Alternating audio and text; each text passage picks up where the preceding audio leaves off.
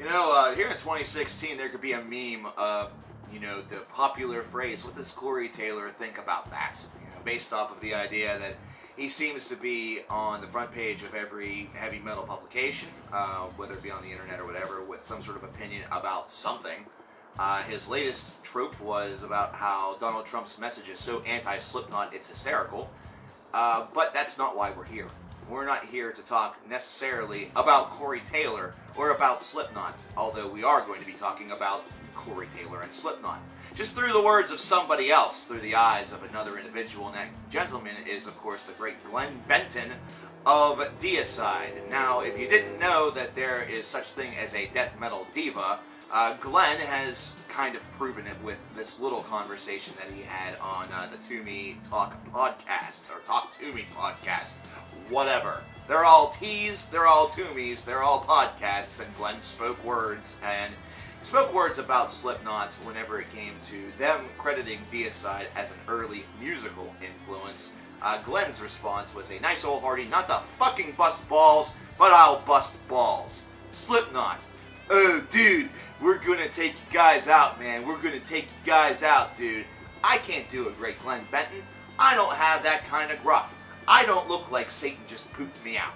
There is an audio transcript for you to listen to if you follow the link in the description below. I'm merely reflecting some of these words so you see, understand the gist of the story. Well, basically, Glenn goes on to tell, Slipknot to blow him. They'll fucking blow him. Corey Taylor and all of those fags could blow him, and that they were going to take Deicide out on tour, and blah, blah, blah, blowing smoke up their ass. It never happened, and then, basically citing that Deicide is a huge influence for early Slipknot, but then why not take them out on a tour? Why not help them out? This is, wow. Death metal diva sounds weird. It sounds impossible. It sounds like it could never happen, but this reads like death metal diva. But this Glenn has some points. That's why we're actually here. We're not here just to talk about Glenn and point the finger at Glenn and waggle, waggle, waggle. Although it's pretty easy to do. He doesn't make it very hard in this case. We're here to actually examine to see if he has any points. Should bands that perhaps were influenced by other groups, should they take those bands out on tours? It's something that should be required, a sign of respect. That's what I'm kind of getting from this. I'm getting that Glenn feels like Slipknot has violated some sort of unwritten code of conduct or unwritten rule of respect among the heavy metal bands universe or the heavy metal concert universe. That this is something that they should have done to really showcase their appreciation for Deicide helping them with their musical evolution at the start. But that statement sounds ridiculous. It really does. It sounds ridiculous. That would be like saying that every single reviewer that watched something of mine or of any of the other persons that are on the internet would have to have me on as an opener for every single one of their videos. It would be like saying that Alex Rodriguez, who's about to retire from baseball, should be the person that is the pitching coach for batting practice for his replacement. Either that, or it's basically like saying that that Matt Damon returning to play Jason Bourne, there should be a scene where there's a passing of the torch. The one guy was just there for one movie. It was like a flashback or something. I don't know. It's weird. Why should this be required is, I guess, respect is one thing, but Deicide is a group that definitely might go with Slipknot, but I don't know. It's not one that just clicks right there. It's not one that clicks right there. Now, Glenn would go on to also state a little bit further that this is what big bands do. They claim that you can do that and go on tour with them, and then they make it really expensive and really impossible, and you have to reject the tour, and then they, can go ahead and say to everybody that you offer them the tour, but they didn't take it. This reads a lot like a conspiracy theory that nobody knew existed.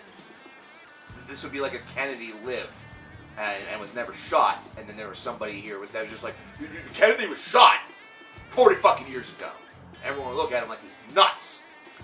I just don't, I don't buy into this like little unwritten rule. I get that you should have a proper amount of respect and showcase a little bit of that love toward groups that you claim to be influential to your career, but I don't think it's a requirement, especially whenever the movement that really Slipknot was a part of and kind of grew into and was kind of one of the trailblazing, top spots of that movement.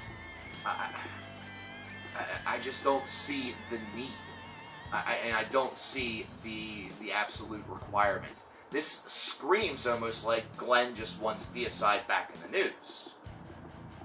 Probably false as all get outs, and I'll no doubt get 10,000 comments saying that that's bullshit, but that's how it feels.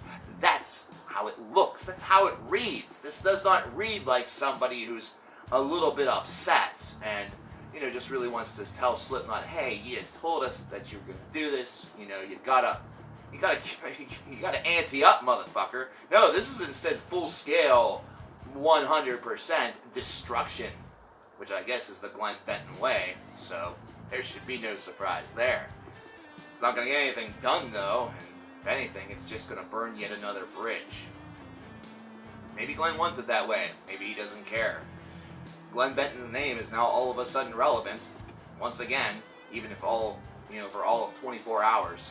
But either way, it's funny that you traditionally see a lot of people kind of take one side or the other whenever Corey Taylor speaks words. Now it's somebody speaking words about Corey Taylor. Is Corey Taylor secretly the entire metal universe? God, I hope not.